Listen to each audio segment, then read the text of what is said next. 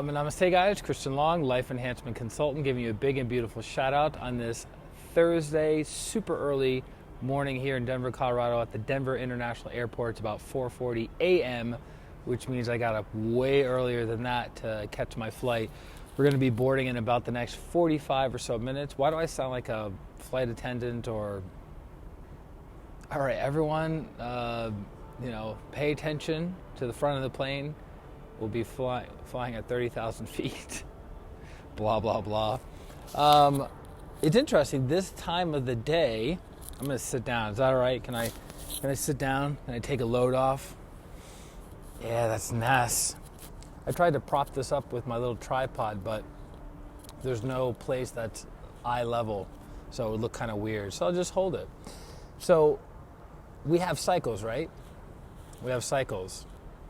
We have daily cycles, we have weekly cycles, we have yearly cycles, we have 7-year cycles, we have many different kinds of cycles, right? Law of cycle, law of change. The sun comes up, the sun goes down. The waves go in, the waves go out. We go to sleep, we wake up. Our blood pressure goes up, our blood pressure goes down, right? So we have cycles. So this time, that's why if you're watching this, you might be sleepwalking.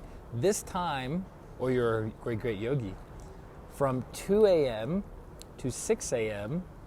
is the best time to do your spiritual practice. This is called the Sattvic time of day. Why does it say weird? Okay. The Sattvic time of the day. So from 2 a.m. to 6 a.m., your time is the best time to do your spiritual practice. The Sattvic time of day deals with rhythm. Adriana, namaste, deals with rhythm. And rhythm is very, very important for a spiritual practitioner because with rhythm comes predictability, and then it's easier for you to access the higher energies and the higher frequencies in your meditation practice. Because think about it, when you're off routine, when you're off your rhythm, how easy is it for you to have calm emotions, a still mind? It's difficult, right? Especially if you're a person who travels a lot. I did a lot of traveling last year, and it was a bit challenging getting into a swing, getting into a rhythm, getting into deepening my spiritual practice. But one of the masters in pranic healing said many, many years ago, when he was relating it to cycles and relating it to your astrological sign and relating it to different things, is that he says, I write my own fortune cookie. I write my own fortune cookie, meaning when someone has a very strong connection to their higher soul, all the other things are secondary or tertiary influences in our lives versus being the primary influence. So for instance, my astrological sign is that of a Gemini. I'm pretty familiar with Geminis, what they're good at. So there are, namaste, what Geminis are good at and not so good at, right? But does that mean I'm encased in that tendency of my sign? No. Why? Because I'm the soul. So I write my own fortune cookie. I write my own destiny. I write what I choose to think and choose to speak and choose to do, regardless of what my astrological sign is, regardless of what cycle I'm in. It's simply being aware of tendencies that sign, that cycle has in our lives, but we still move forward. So meaning, somebody goes, well, if the best time to meditate is between 2 a.m. and 6 a.m., and I can't get up that early, then there must be no point in meditating because I can't do it optimally. No, not true. It just means you're going to have access to certain energies easier from 2 a.m. to 6 a.m. than you would say in the afternoon. But that doesn't mean meditation won't serve a beneficial purpose in your life if you do it at noon, if you do it at 3 in the afternoon, if you do it in your car. Like for instance, right? It's preferable to meditate in the same place at the same time every day, right? So in my apartment in Denver, I have a part in my place that I sit and I meditate pretty much every single day at. It's got my mojo, it's impregnated in that space. But does that mean when I'm traveling, like now, that I'm not going to meditate? or I can't meditate because I'm not meditating at the same time in the same place. Of course not, right? So with rules, you want to be aware of the rules, and you want to do your best to follow the rules. For instance, if you can meditate between 2 a.m. and 6 a.m., great. But at the same time, you have to be practical and realistic with where you are in your spiritual growth and development and what you're trying to accomplish. So, for instance, if you're a single parent with 4 children, it's probably not the best thing for you to do of going to spiritual vacations every single month, unless you're financially independent and you have the resources and time to do that.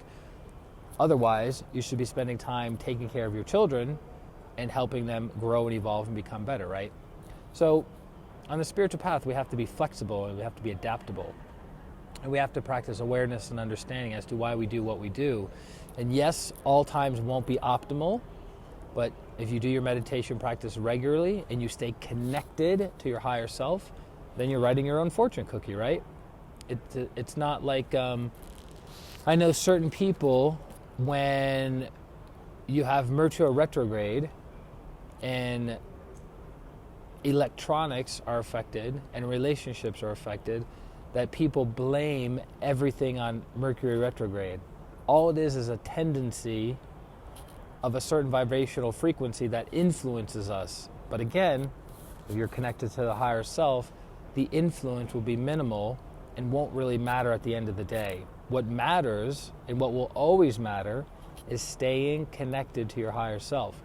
So, where am I flying to? I'm actually flying into Newark, New Jersey, which was funny because when I was looking for my gate, I have my spirulina, my water in spirulina. As Master Cho would say, spirulina is sunlight in a bottle. Sunlight in a bottle. Very, very healthy for the body. Very good for your energy. Cleansing green prana.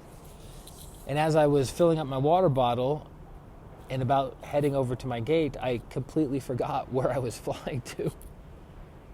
Like, completely forgot where I was flying to. And it was kind of funny.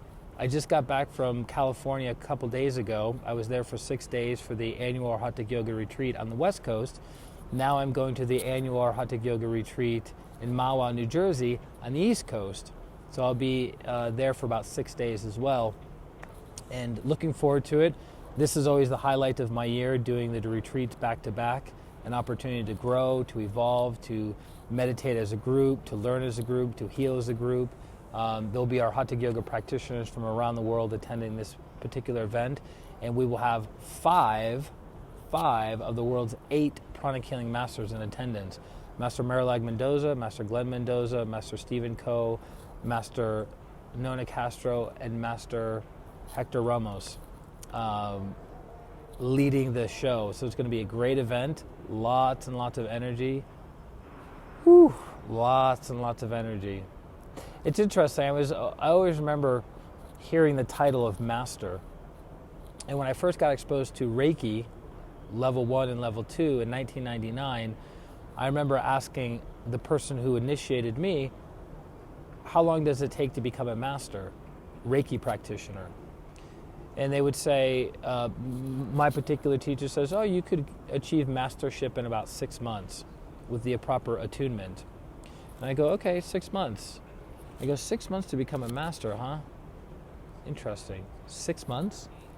And then when I got into pranic healing in March of 2004, and I spoke with the people who are the senior practitioners, and I looked up online of what it takes to be a master pranic healer, you're looking at about 15 to 20 years minimum to be a master pranic healer, and you need to be able to produce a miraculous healing result, and you need to initiate or train other people to produce very powerful healing results, right? So you have to have a level of duplication as a master pranic healer.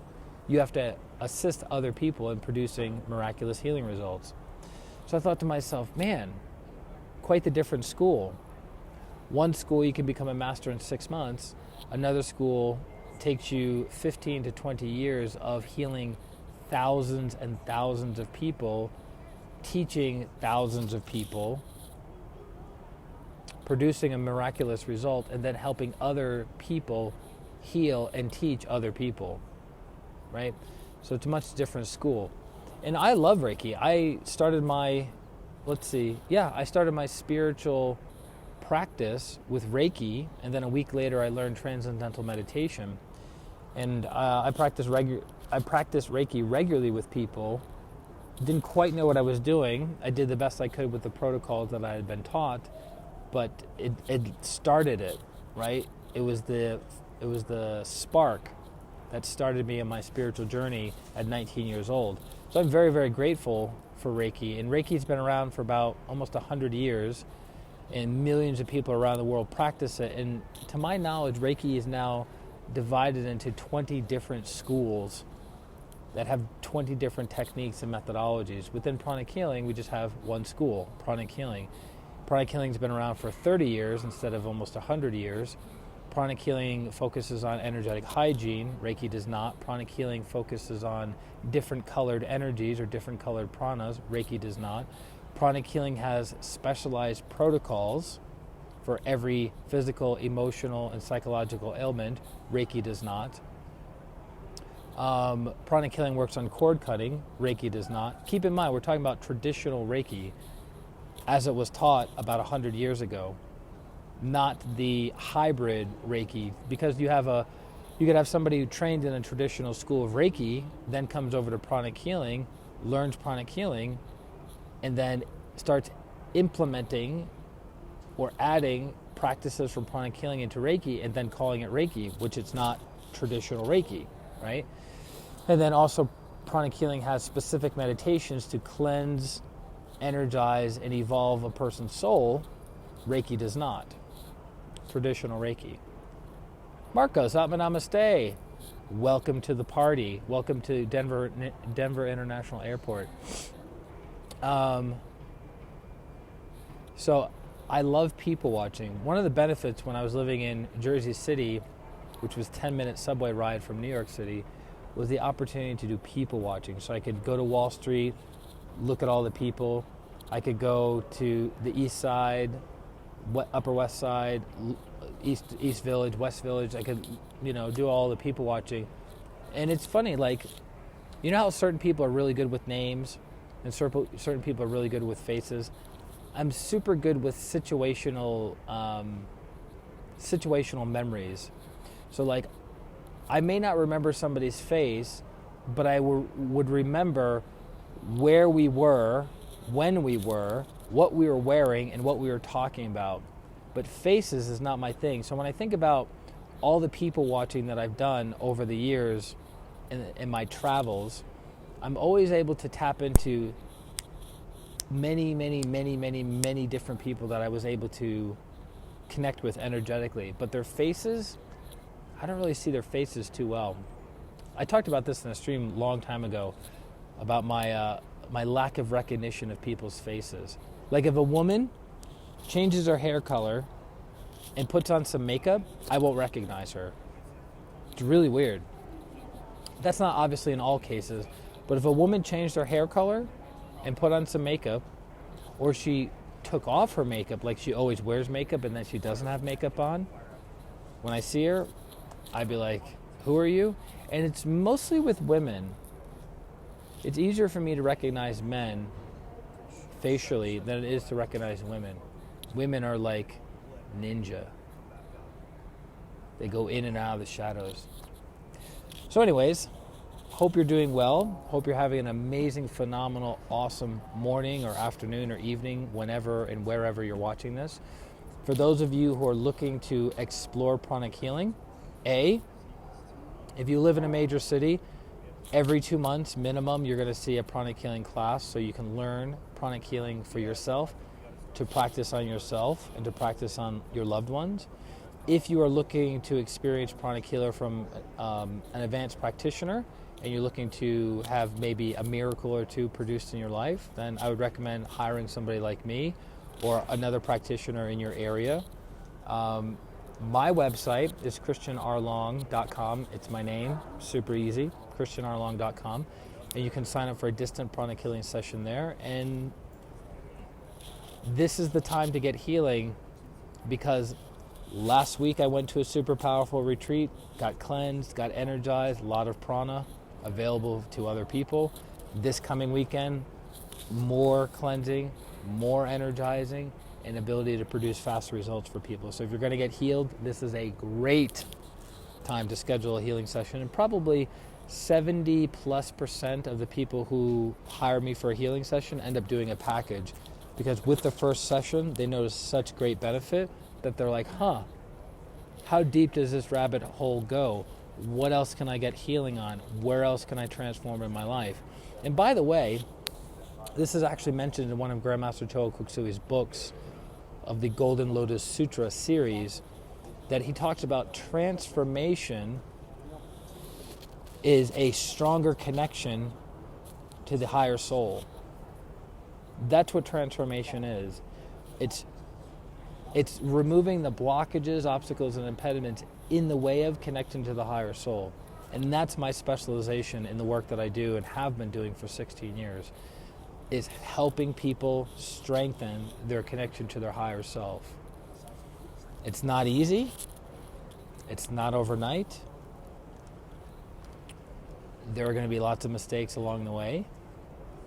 But with the right teacher, with the right guide, with the right awareness, it can be easier than harder. But inevitably, 100% of the time, it's worth it. In my opinion, there's nothing, I repeat, nothing more important than a soul having a connection to its higher self. Period. Because all of your thoughts, all of your words, all of your actions will be influenced and will be in alignment with the right thing and will be in alignment with the divine plan. But if you're not connected, your thoughts, your words, and your actions will not be in alignment. And when you're not in alignment, it leads to suffering. When you're in alignment, it leads to the path of righteousness, the path of holiness. So that's why nothing more important. It's kind of like developing a fit body, right? Physically fit body isn't always easy, right? It isn't always easy to go to the gym and to do your strength training, your cardiovascular, your stretching and flexibility. It's not always easy to eat right. It's not always easy to stay hydrated. It's not always easy to get good sleep, right? But your physical body being healthy, fit, and strong, and flexible improves everything that you do on a physical level, right? Everything. Likewise, if you have a strong connection to the higher self, all of your thoughts, all of your words, and all of your actions are going to be in alignment with the divine. Make sense? So I hope that helps. I hope that's a little inspirational. My hair looks kind of fuzzy today. Inspirational talk for each and every one of you. If you got value out of today's stream, please share it on your Facebook, your personal page, your business page, other people's pages. Doesn't matter, because truth is truth. Healing is healing. Doesn't matter who it's coming from, where it's coming from. And truth is universal. So I hope that helps. I'm going to be boarding, I think, in about the next 20 minutes. Something like that. On a jet plane. Don't know when I'll be back again. So do you know, have you ever heard the term auric awareness? Auric awareness is when you can sense what people are thinking, feeling, and moving when they're in your aura. So if you have a big aura and people are in your auric field and you have awareness, you can be aware of what they're thinking, what they're feeling, and what they're doing. You ever been in a grocery line or a Whole Foods or Starbucks or something like that, and you sense somebody looking at you? That's an indication, that's one level of auric awareness. That's why in one of Grandmaster Cho Kuksui's classes, Psychic Self-Defense for Home and Office, there are techniques to shield yourself from maybe not so good thoughts, feelings, connections, energies of your environment or of other people. And most people, probably 95% of the time, are not doing things maliciously, are not intentionally sending negative thoughts or negative feelings or negative actions, which would be maliciousness. They're doing it at an unconscious level. But if you're sensitive, you can sense that unconscious energy from other people. So that class teaches you practices on how to shield yourself from those negative influences. It's kind of like being, when you do a strong shield, it's like being behind plexiglass that is soundproof. It's really quite fascinating. So you can hear people, but you don't feel them as much, and you're not influenced by them as much, right? It's really powerful. So that's a great class for all my empathic brothers and sisters out there who are overly sensitive to the world. There are other techniques to do that don't require putting a shield on to mute your environment. But it's like the older my body has gotten, the more sensitive it has gotten. I remember a time, my first maybe 5 years in pranic healing, I was sensitive to everything. Super, super sensitive to everything. Sound, light, people's energies. I was really, really accurate with scanning. It was pretty cool. And then something happened, something shifted. Maybe 5 years in after I learned pranic healing, that I wasn't so sensitive. I wasn't scanning as accurately, I wasn't seeing as accurately. I didn't quite know what was going on. And then a few years ago, at one of the teacher trainings in California, I was talking with Master Stephen Coe, and I said, what if you notice your sensitivity is not what it used to be? What if you notice instead of becoming more sensitive, you're becoming less sensitive? And he says, consider it a blessing. I was like, consider it a blessing? Why is that a blessing? Shouldn't we be sensitive as energy healers and meditation teachers? Shouldn't we be sensitive to the inner world? And I realize as you go higher and higher and higher in your practice, it can be a bit of a challenge being sensitive, because now, since asking that question, I've become more sensitive than ever before. But luckily I know how to navigate it and manage it, when before I didn't really know how to do it properly. And what I loved what this master said was, you should only be sensitive when you're meditating or when you're healing, right? Because it requires sensitivity. You should only be sensitive when you're meditating or healing. But when you're interacting in the everyday, ordinary world, you don't need to be sensitive. You don't, like, I have friends and colleagues and co-disciples that are overly sensitive to their environments. So whenever they go out to a restaurant, they feel everyone's stuff. Whenever they go on public transportation, they feel everyone's stuff. Whenever they're traveling on a plane, they feel everyone's stuff. You don't want to be in that position. You want to be able to interact with the world and not be overwhelmed by it. But when you're healing, or you're doing your spiritual practice, your meditation practice, then you can be as sensitive as you want to be, because it allows you to tap into higher vibrational frequencies, higher intuition, that can help you or help the person that you're healing and working on. So I hope that makes sense and wasn't over anyone's head. But again, that being said, let me let you guys go. If you need healing, go to ChristianRLong.com. I have 16 years of experience doing this work with thousands of people around the world, and I look forward to serving you in the very near future with whatever you need healing on. Easy peasy, right?